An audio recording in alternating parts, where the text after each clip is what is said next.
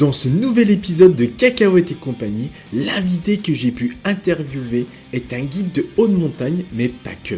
Il nous fera voyager et nous parlera de son alimentation bien sûr, et comment il s'est adapté lors de ses diverses expéditions. Il s'appelle Mathieu Ménadier.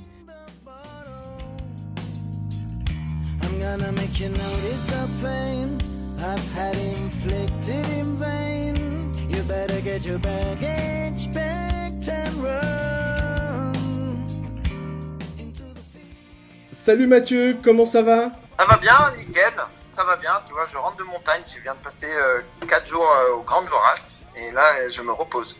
Eh ben c'est bien, profite, repose-toi bien. Alors tu vas nous dire qui est Mathieu Ménadier ? Alors ouais, moi je m'appelle Mathieu Ménadier, je suis guide de montagne, guide de haute montagne, j'habite à Briançon et je suis aussi alpiniste. Donc ça veut dire que j'arrive depuis quelques années à consacrer ma vie à ma passion, à grimper des montagnes grâce à l'aide de sponsors.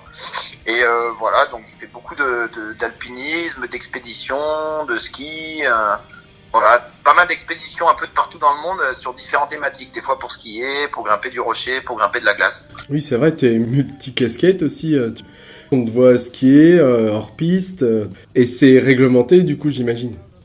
Non, c'est pas réglementé. Non. Ah ouais. Non, c'est libre. Hein. Attention, c'est un espèce les gens croient que il n'y a pas de règles. Hein. Le hors-piste et les montagnes sont libres. On fait ce qu'on veut. Hein. Ah ouais, ok. C'est important. On se bat pour ça. Ok. Et ouais, du coup, je te vois grimper des fois. Je te vois aussi descendre des murs de glace. Ça doit pas être simple. Ouais. L'alpinisme, c'est un peu un regroupement de plein d'activités, puisque l'alpinisme, déjà, il faut aller au pied des montagnes, donc ça demande déjà un peu de certaines compétences, hein, en ski, à pied. Ensuite, quand on fait de l'alpinisme, on peut se retrouver sur différents supports, du rocher, de la glace, de la neige. Donc voilà, pour s'entraîner en alpinisme, il faut faire plein de choses, mais ce qui est bien, c'est bien parce que du coup, il y a toujours un truc à faire, quoi. Toute l'année, on a des activités à faire.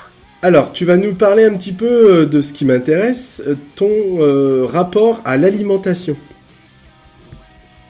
Eh ben, alors moi, du coup, moi j'ai été élevé dans une famille assez portée sur la qualité de l'alimentation. C'est-à-dire que mes parents ont toujours cultivé leur potager, acheté bio, même avant que ce soit à la mode, hein, ça fait 40 ans, hein, ma mère était bio. Et donc j'ai toujours beaucoup apprécié, on va dire, la bonne bouffe. Et je toujours fait un peu attention à ce que je mange. Et de plus en plus, pour deux raisons, parce que c'est de plus en plus compliqué de bien manger. Et aussi parce que en vieillissant, je me rends compte de plus en plus de l'importance d'une chose avec toutes les blessures que j'ai eues, les douleurs. Donc depuis quelques années, je fais encore plus gaffe qu'avant. Et aussi parce que tout simplement, ça a un meilleur goût. Hein. De la bonne bouffe. Complètement, d'accord. Et par rapport à ton taf, du coup, ton taf, tes activités, tu fais attention, tu es aidé, tu te débrouilles tout seul, comment ça se passe ? Alors moi, alors il y a deux choses. Il y a dans ma vie quotidienne, donc depuis 2 ans, je travaille avec une micronutritionniste. D'accord. En fait, j'ai eu un accident et après cet accident, j'avais des grosses douleurs, donc j'ai commencé à travailler avec cette personne par rapport à ces douleurs. Et puis petit à petit, elle a quand même vachement changé mon alimentation. Et ça a bien marché dans le sens où j'ai vu par exemple une baisse de mes douleurs, une prise de masse musculaire. D'accord. Sans j'ai des tonnes de protéines ni faire des tonnes de muscu. Je récupérais mieux parce que moi le problème avec les expés, c'est qu'à chaque expé on perd vachement de muscles. Et donc on est faible quoi. Donc du coup grâce à ça j'ai pu ne moins en perdre pendant les expés et bien en récupérer après. Et puis en parallèle je travaille avec une boîte de produits alimentaires polonaise qui nous fournit toutes les nourritures déshydratées qu'on utilise en montagne et qui est une boîte de qualité qui fait, parce que nous le problème de l'alimentation déshydratée c'est souvent des produits de très bonne qualité et très mauvaise qualité et de faible apport calorifique. Okay. Du coup depuis quelques années je travaille avec LioFood qui est une boîte qui fait de la nourriture déshydratée bio, organique. Et donc on a la chance d'avoir des super aliments et ils ont un process de déshydratation qui n'enlève pas toutes les vitamines et tous les nutriments des fruits et des légumes. Ok. Donc l'un dans l'autre, et ben on arrive à garder pendant toute une expé une alimentation correcte. D'accord. Donc du coup, tu prépares tout, t'emmènes tous tes sachets avec toi et tu fais tout sur place, quoi. Voilà, ouais. Voilà. Et du coup, au fait de faire gaffe et de t'organiser aussi par rapport à ton alimentation, du coup, t'as plus du tout de masse maigre qui est perdue, quoi. Enfin, de masse musculaire. Beaucoup moins. Beaucoup moins. La différence. Moi, je suis quelqu'un de peu musculeux, on va dire. Donc voilà, je fais du sport à haut niveau depuis 20 ans et j'ai pas de prise de masse musculaire, quoi. J'ai pas un corps qui développe du muscle. Par contre, je fondais quand même vachement et donc je me retrouvais vraiment très maigre. Et là, beaucoup moins. Moins et donc ça marche. Et puis au-delà de ça, hein, c'est la qualité du sommeil, les douleurs. Moi, j'ai un peu des douleurs chroniques et en faisant gaffe à certains aliments, donc du coup j'ai enlevé le lait de vache. Je mange beaucoup moins de gluten qu'avant. Voilà, je fais gaffe à certaines choses sans être extrémiste, parce que j'ai pas envie d'être un extrémiste de la bouffe. Hein, je veux m'interdire. Bon, je mange aucun sucre. Là, j'en mangeais déjà pas beaucoup, mais là, j'en mange plus du tout. En tout cas, aucun sucre raffiné. Et voilà, j'ai changé par exemple des petits déjeuners salés, alors qu'avant je prenais des petits déjeuners sucrés. Moi, basiquement, mon plus gros repas de la journée, c'est mon petit déj, quoi. D'accord. Et voilà, et tout ça, j'ai vu une vraie différence, quoi, sur le temps. Eh ben, écoute. En termes de couleur, de forme physique, de masse grasse aussi. Tu vois, je suis plus affûté qu'avant. Donc. Écoute, le principal c'est que tu t'y retrouves et puis que aussi peut-être au niveau de ta récupération, elle doit être différente. Vu que tu dors mieux et du coup tu dois aussi être moins fatigué. Ouais, c'est un truc global, on va dire, quoi. C'est général, tu vois. Et j'ai plus de brûlure d'estomac, par exemple, jamais. Tu vois, alors qu'avant, parce que moi j'ai eu quand même pas mal d'années où la base de mon alimentation c'était du pain et des pâtes et du chocolat.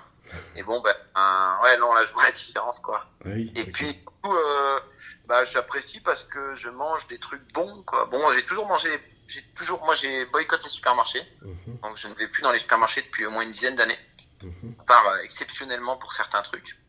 Et du coup, je mange que des bonnes choses et c'est agréable, quoi. Ça fait des super petits déj, voilà. Très bien. Voilà. Ok, est-ce que merci de nous avoir éclairé par rapport à ton quotidien, à ton alimentation. Est-ce que tu as un projet prévu, je sais pas, dans les mois à venir ou cet été? Pas mal d'expé.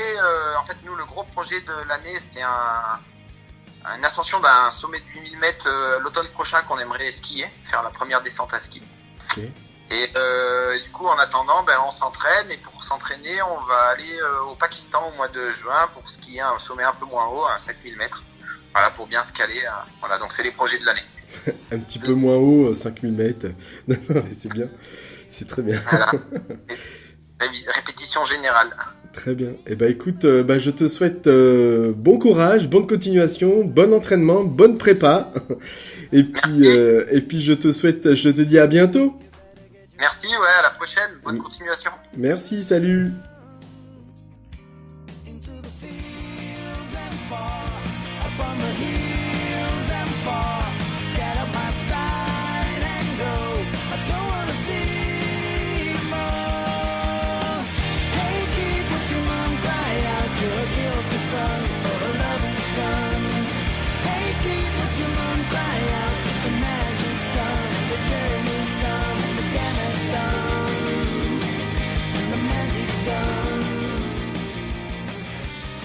Pour le plus diététique que je voudrais apporter par rapport aux besoins de Mathieu, je pourrais vous parler du manger vrai, mais ça on en reparlera bientôt dans un nouvel épisode. Je pourrais vous parler de prendre plaisir à manger, mais j'ai décidé de parler de l'adaptation de Mathieu lors de ses expéditions. Il nous dit qu'il se nourrissait de pain, de pâtes et de chocolat et qu'il récupérait très mal et perdait beaucoup de masse musculaire. Il a donc rencontré une professionnelle de l'alimentation qui l'a conseillé de consommer des produits facilement transportables et de qualité. C'est une solution adaptée à ses besoins pour ne pas trop perdre en masse musculaire et pouvoir tenir plusieurs jours. Comme Mathieu, choisissez des produits lyophilisés de qualité qui ont gardé un maximum de leur valeur nutritionnelle.